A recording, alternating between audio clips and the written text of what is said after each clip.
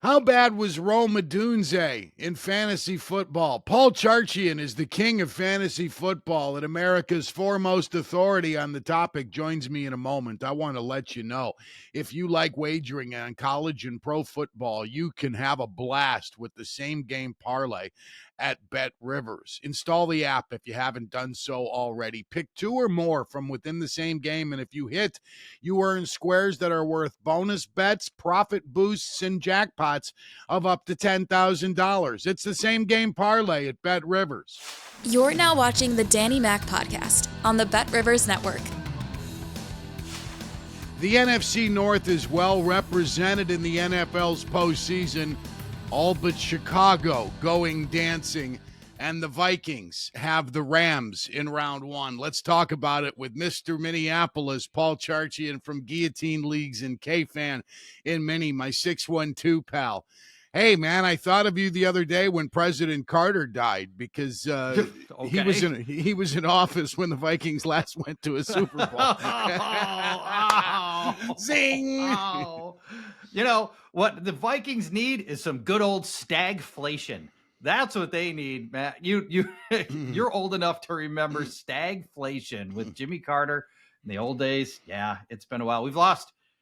People don't realize it. We've lost 6 straight NFC championship games. Think about that. You're one game away from the Super Bowl 6 times, lose them all. That's us. Yeah, and the last time with an early lead over the Eagles when Nick Foles was a little bit shaky right out of the gate, but I think that was the only touchdown the Vikings scored that day was on their first drive. But nonetheless, a good year for the Vikings, and Kevin O'Connell seems to be the front runner for Coach of the Year, Charch, and I want to ask you about how settling he has been for Sam Darnold. We've seen a little bit of the opposite in Chicago, at least with the coordinators dealing with young Caleb Williams. Now, Sam Darnold's been to a few rodeos before, but obviously O'Connell has been huge for his development. Yeah, no doubt. And I'm trying not to put too much weight into what happened in Week 18. It was an epic fail by Sam Darnold and Kevin O'Connell, a combined fail. But the rest of the season was awfully good for Sam Darnold. And so I don't want to overweight the most recent game and have some recency bias here, Dan. But Kevin O'Connell was a quarterback through high school, college, pros, didn't get a lot of time actually on the field as a pro. He knows quarterbacking and came up through the Sean McVay system, of course, which has always been quarterback friendly. It's maximized the output of the quarterbacks they've had, whether it's Jimmy Garoppolo, Jared Goff, Matthew Stafford, whatever, right? They've been able to find help. Not Garoppolo. Garoppolo's on roster now, but Stafford and Goff in particular. This is it's been an era of positivity. We didn't have that before with our previous head coach, Mike Zimmer. And so Kevin O'Connell's just built from the ground up as somebody who tries to get the most out of his players through positivity, through growth, coaching, and it's all paid off for Sam Darnold. And I think for Darnold, it might have been different if it were rookie, and we've got one here, JJ McCarthy, who didn't end up playing, of course, this year. But I think that Darnold's path made this better for him. The trials and tribulations that he had as a Jet and a Panther and as a backup for the 49ers, I think it put him in a spot where when Sam Darnold got to a place that wanted him to be their starting quarterback and surrounded him with talent and good coaching, great organization, ownership, front office, just everything here is in alignment. And I think this is a very long answer, Dan. I think Sam Darnold's just in a place mentally to appreciate that more than maybe a rookie would, coming in and not really knowing the difference between a great organization and a bad one. Brian Flores is among the baker's dozen of candidates. The Bears may get to 20 candidates they interview for the head coaching vacancy. He's a little bit stained because of the experience in Miami with Tua. Do you believe he's learned from that, or do you think that's going to hurt him when he goes knocking on doors as soon as the Vikings are eliminated? Two things are hurting him right now. One is that the reputation he picked up Miami was brutal. And even yesterday, Ryan Fitzpatrick took to social media and talked about how much people disliked Flores when he was there.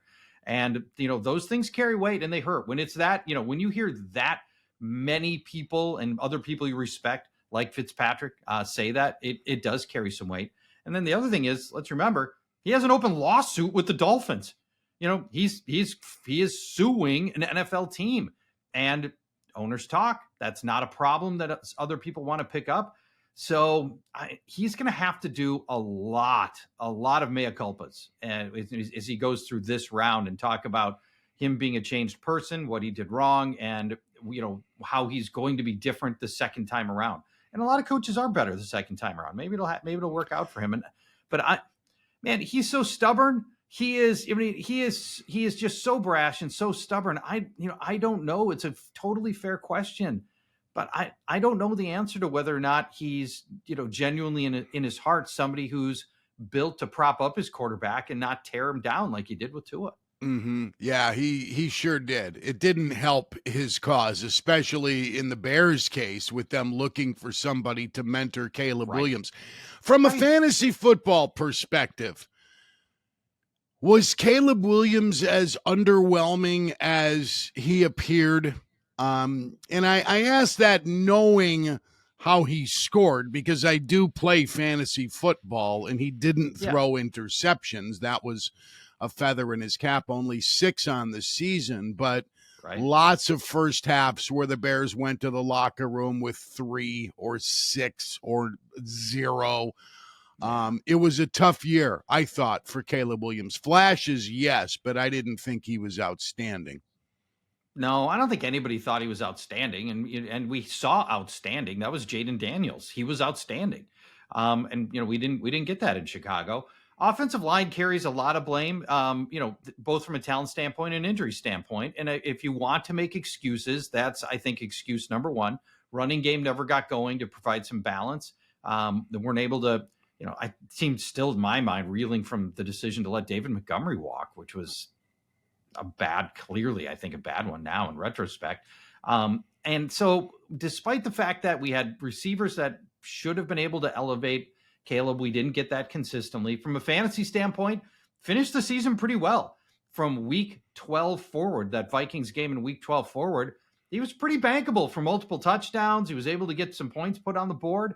But at the end of the day, he wasn't the kind of guy from a fantasy standpoint that you could start in your fantasy playoffs, which is when he was playing better ball, was the fantasy playoffs. But, by then you couldn't have started him. You had another quarterback in place at that point.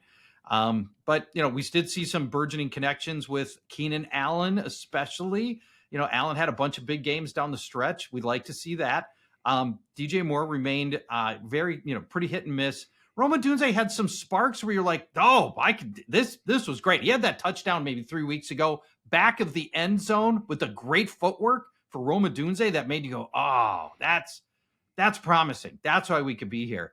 But Dunze just didn't get the ball that much. And it was only near the end of the season that they started throwing to him with any regularity. So yeah, I was underwhelmed by Roma Dunze. And yes, just like the quarterback, he had some highlights. And there was a toe tap or a toe drag swag against the Packers last weekend that was very impressive. The Bears got a first down out of it, and they went on. They won that game. They beat the Packers, Charch. But I'm just I was expecting more from the 9th player chosen in the draft, and it seems like he wasn't as significant. And Cole Kmet's production was hugely disappointing. I don't know if there was a tight end in the league who was more underwhelming than Kmet.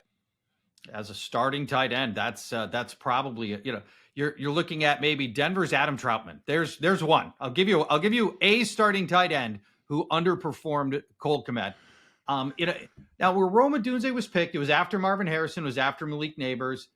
The guy that kind of hurts a little bit is Brian Thomas, who looks fantastic. And he ended up leading all rookies in receiving yards and receiving touchdowns. And, nobody was really talking about Brian Thomas going to pick 9 where Rome went. But at the end of the day, that he, you look at the production that he had catching wobblers from Mac Jones. You're like, oh, man, that guy's a player. Let's talk a little bit about the league in general, Charge, from a fantasy football perspective. I didn't have Derrick Henry on my roster this year. I would have liked to have had Derrick Yeah. Henry. I know there are some guys who, Saquon Barkley had a year too, but I just wonder where Derrick Henry in the last 30 years would rank among RB1s, where you'd put the king, number 22. Yeah, that's a great question. And by the way, before I get away from Roma Dunze entirely, let me ask this: Is there any anybody wishing that you'd have taken Brock Bowers? Right, he ends up breaking Ditka's record.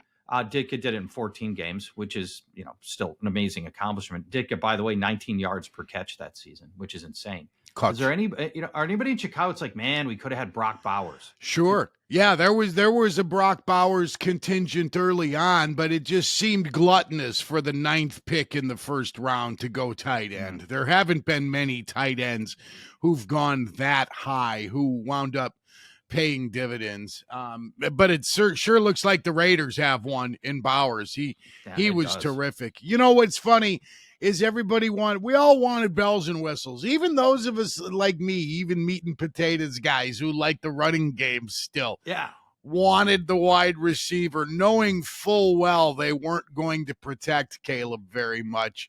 And if you could do it over again, maybe you beef up the offensive line or you go get a pass rusher, because Montez Sweat has been very unimpressive for the Bears.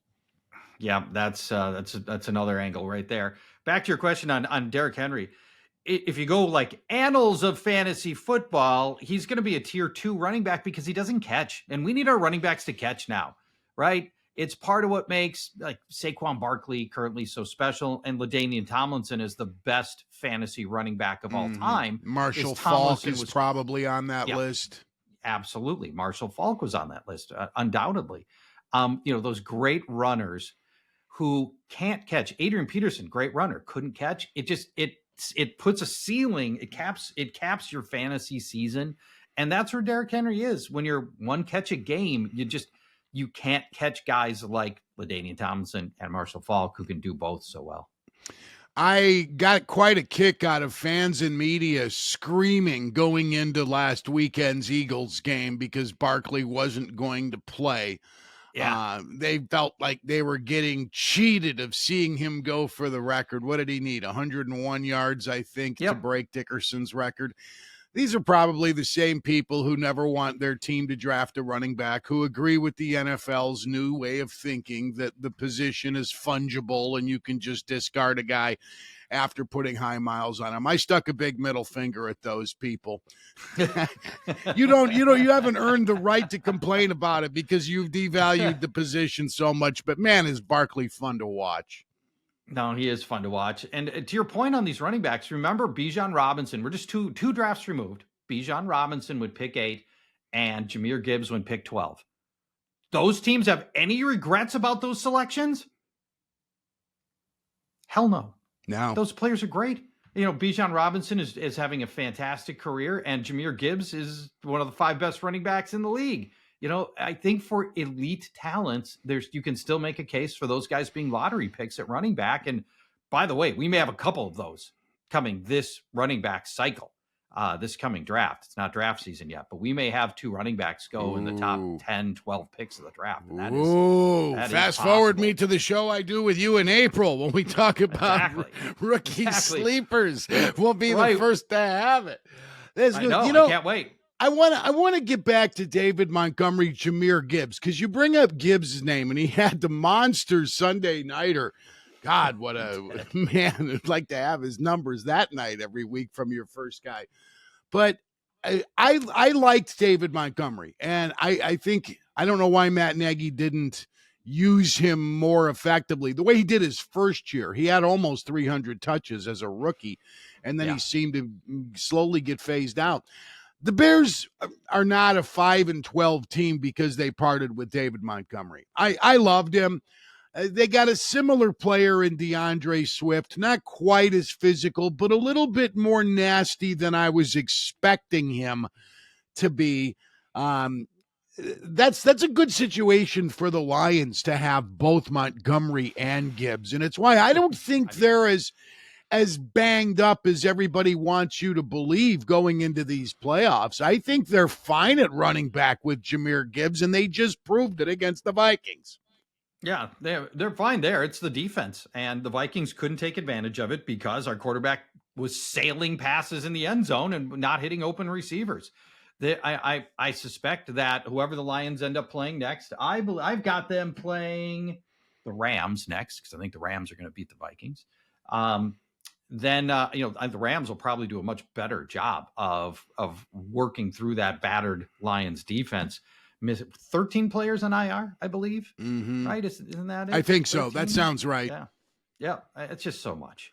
So I think other teams will have more success taking advantage of it. The moment will not be too big for Matthew Stafford passing against the Lions like it was for Sam Darnold. Mm-hmm.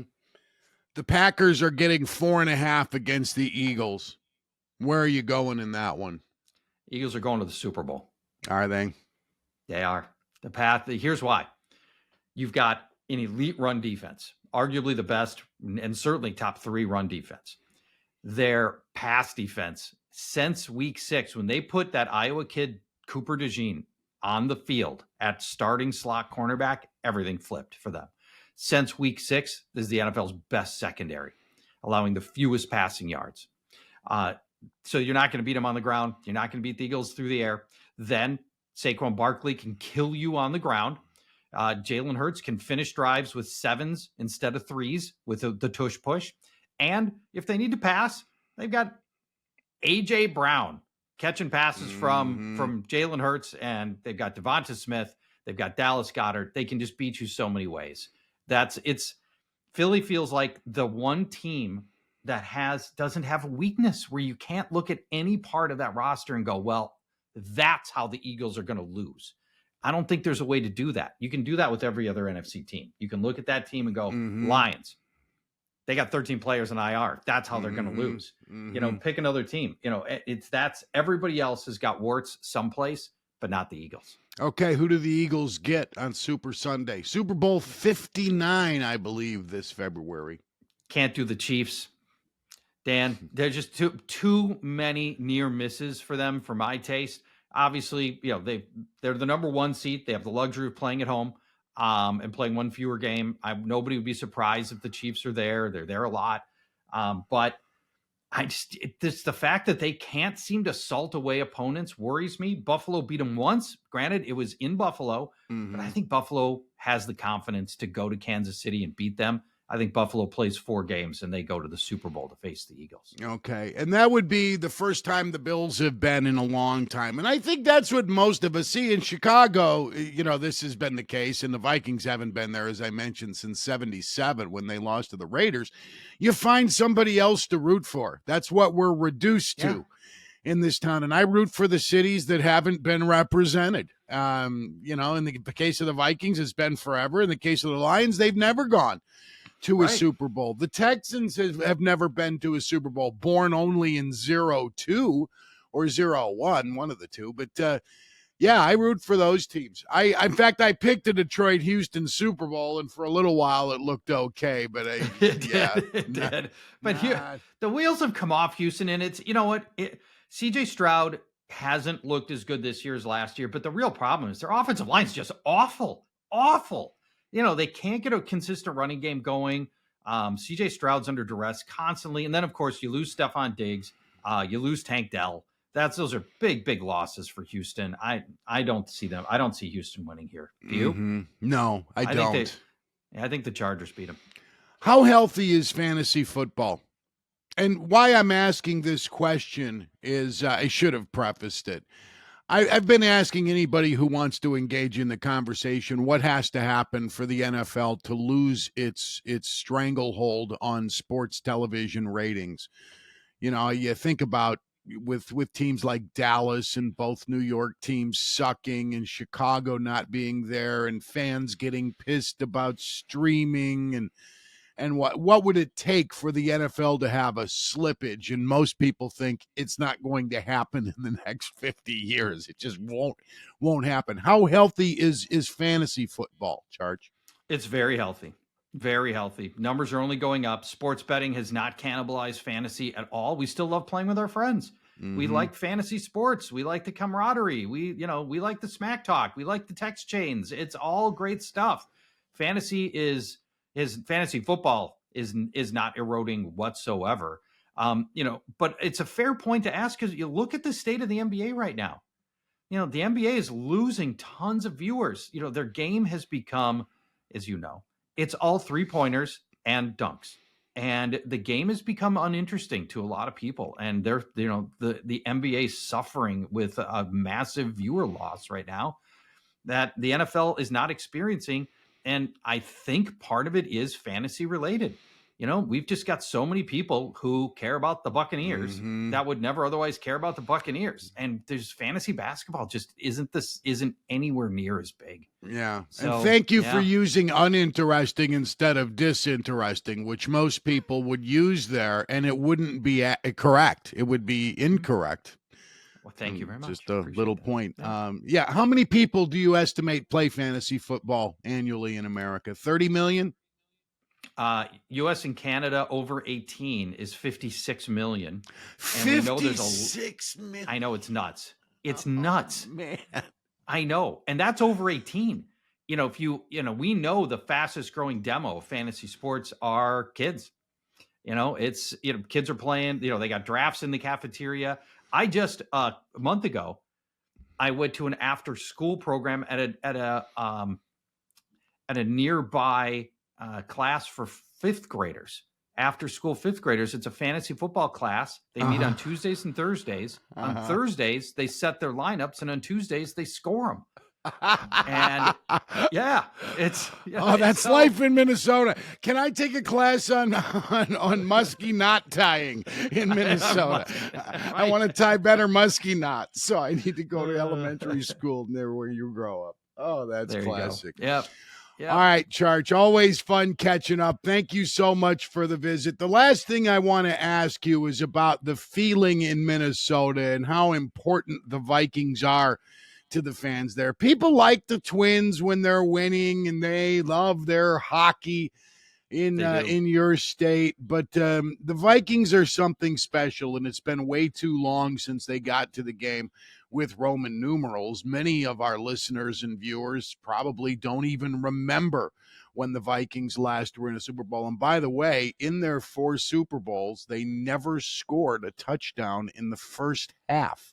4 Insane. First halves without a touchdown.